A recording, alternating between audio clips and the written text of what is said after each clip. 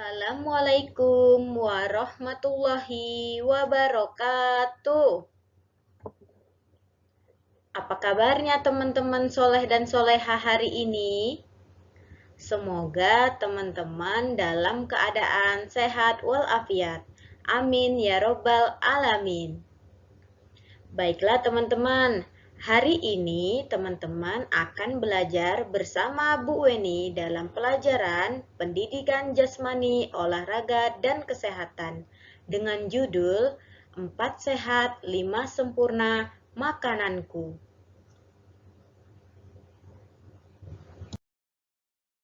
Sebelum kita memulai pembelajaran hari ini, marilah kita bersama-sama membaca doa belajar. Bismillahirrahmanirrahim. Allahumma inni as'aluka ilman nafi'an wa rizqan thayyiban wa amalan mutaqabbala. Artinya, ya Allah, sesungguhnya aku memohon ilmu yang bermanfaat, rezeki yang baik, dan amal yang diterima. Baiklah teman-teman, kita mulai ya pembelajarannya. Dimulai dari kisah sepiring nasi. Ini adalah gambar nasi teman-teman. Tahukah kamu asal nasi yang dimakan sehari-hari? Nasi berasal dari beras. Beras berasal dari padi yang ditanam oleh petani.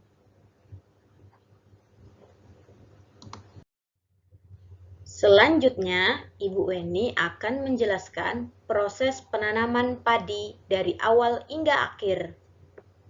Yang pertama, sawah dibajak di hari pertama.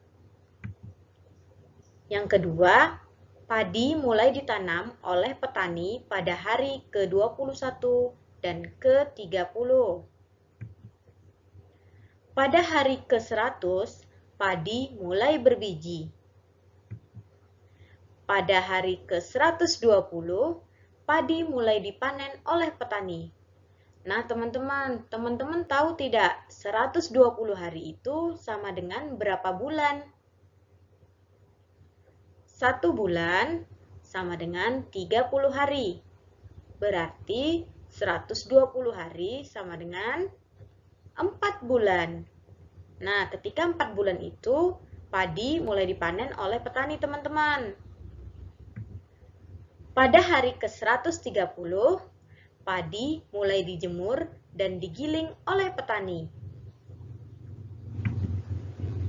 Kira-kira teman-teman tahu tidak musim yang cocok untuk menanam padi?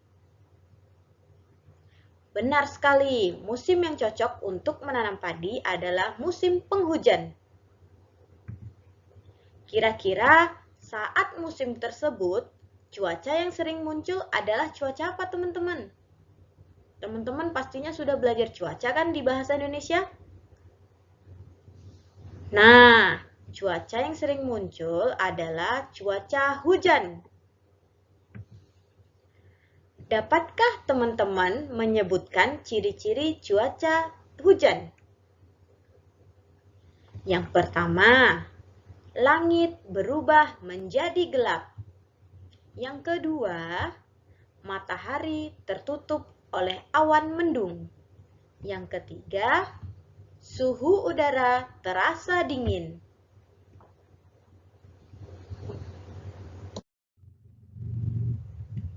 Lalu, apakah seluruh masyarakat Indonesia mengkonsumsi nasi?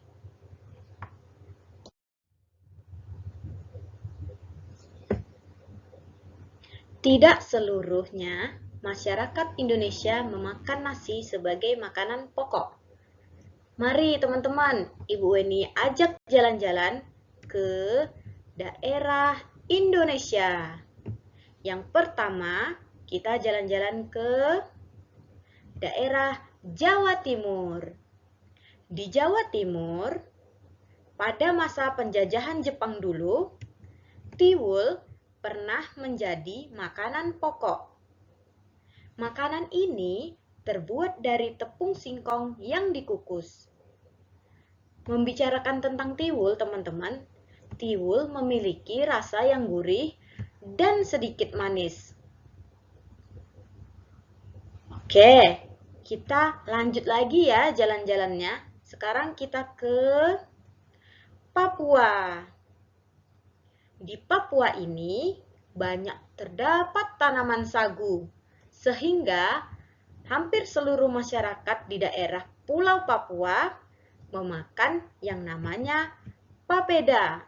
Papeda ini terbuat dari pati sagu. Biasanya papeda dimakan dengan ikan kuning dan sayur ganemo. Setelah kita jalan-jalan dari Papua, sekarang Ibu ajak teman-teman jalan-jalan ke daerah tengah Pulau Indonesia, yaitu Pulau Kalimantan. Nah, teman-teman tahu tidak? Di daerah Kalimantan ini, salah satunya di Nunukan, Kalimantan Utara, masyarakatnya memakan yang namanya eloy. Eloy ini terbuat dari parutan singkong yang diambil sari patinya, kemudian dijadikan makanan yang bernama eloy. Dan eloy ini berbentuk hampir mirip seperti papeda. Baik teman-teman, kalau pertemuan sebelumnya teman-teman mempelajari karbohidrat, protein, lemak, vitamin, dan mineral, hari ini teman-teman akan mempelajari 4 sehat 5 sempurna. Apa saja 4 sehat 5 sempurna itu teman-teman? Sudah ada yang tahu belum? 4 sehat 5 sempurna. Yang pertama ada makanan pokok. Yang kedua ada sayur mayur. Yang ketiga ada buah-buahan. Yang keempat ada lauk pauk. Keempat jenis ini yaitu makanan pokok, sayur mayur, buah-buahan, dan lauk pauk itu adalah 4 sehat. Dan penyempurnanya adalah susu. Kita bahas satu persatu ya teman-teman. Yang pertama, makanan pokok. Makanan pokok ini teman-teman adalah makanan yang setiap hari kita konsumsi. Contohnya, banyak ragamnya teman-teman. Di antaranya ada beras, ada jagung, ada kentang dan ubi, dan juga ada gandum. Makanan pokok ini teman-teman berfungsi sebagai sumber energi bagi kita. Yang kedua, sayur mayur. Semua jenis sayur, terutama sayuran hijau, adalah makanan yang sehat yang harus ada di dalam menu harian kita, teman-teman. Bahan makanan ini bisa dikonsumsi mentah atau dimasak dengan berbagai cara, teman-teman. Seperti yang pertama ini teman-teman, pasti teman-teman sudah tahu ini sayur apa. Benar, ini adalah tumis kangkung. Yang kedua, dikukus. Contohnya, wortel kukus, brokoli kukus, labu kukus. Bisa itu teman-teman. Dan yang ketiga, sayuran yang dipanggang teman-teman. Sayuran dipanggang ini biasanya terdapat di mana teman-teman? Di stik, ya kan teman-teman? Yang ketiga, ada buah-buahan. Sebaiknya pilih buah utuh yang masih segar dibanding jus buah maupun buah kering. Oke teman-teman, ini contoh buah segar. Ada buah apel, jeruk, stroberi, mangga, pepaya, pisang, dan lain-lain. Nah, di pagi hari, teman-teman sebaiknya bisa mengkonsumsi buah pisang. Sedangkan di siang hari, sebaiknya teman-teman mengkonsumsi buah apel. Dan ketika malam hari, sebaiknya teman-teman mengkonsumsi buah-buahan beri. Buah-buahan beri itu ada blueberry, strawberry, raspberry, teman-teman.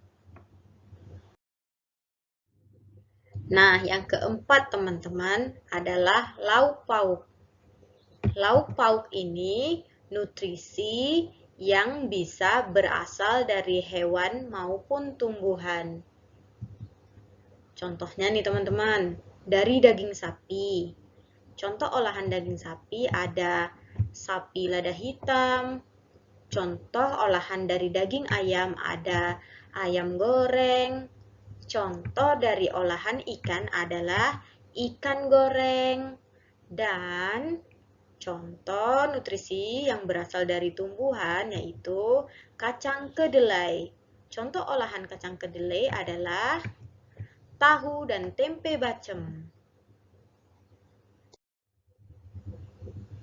Empat sehatnya sudah kita bahas, teman-teman. Selanjutnya kita bahas yang kelima, yaitu sempurna. Yang kelima ini susu, teman-teman. Segala produk susu dan olahannya merupakan sumber makanan sehat yang bagus untuk tubuh. Susu ini, teman-teman, sangat bermanfaat bagi tulang kita, teman-teman. Contoh produk dari susu adalah ada susu segar, ada keju, dan ada yogurt.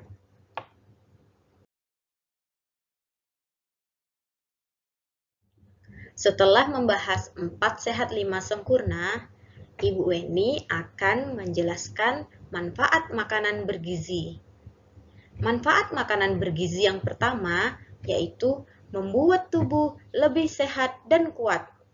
Yang kedua, memperkuat konsentrasi, daya pikir, dan daya ingat. Yang ketiga, meningkatkan sistem kekebalan tubuh. Yang keempat, dapat mencegah penyakit. Yang kelima, menjaga kesehatan fungsi organ tubuh. Jadi teman-teman harus memakan makanan yang bergizi, teman-teman, supaya teman-teman mendapatkan 5 manfaat ini. Selanjutnya, Ibu Weni akan membahas ciri-ciri akibat kekurangan makanan bergizi. Yang pertama, penurunan berat badan. Yang kedua, kesulitan berkonsentrasi. Yang ketiga, kulit menjadi pucat. Yang keempat, rambut yang kering dan rontok. Yang kelima, mudah lelah.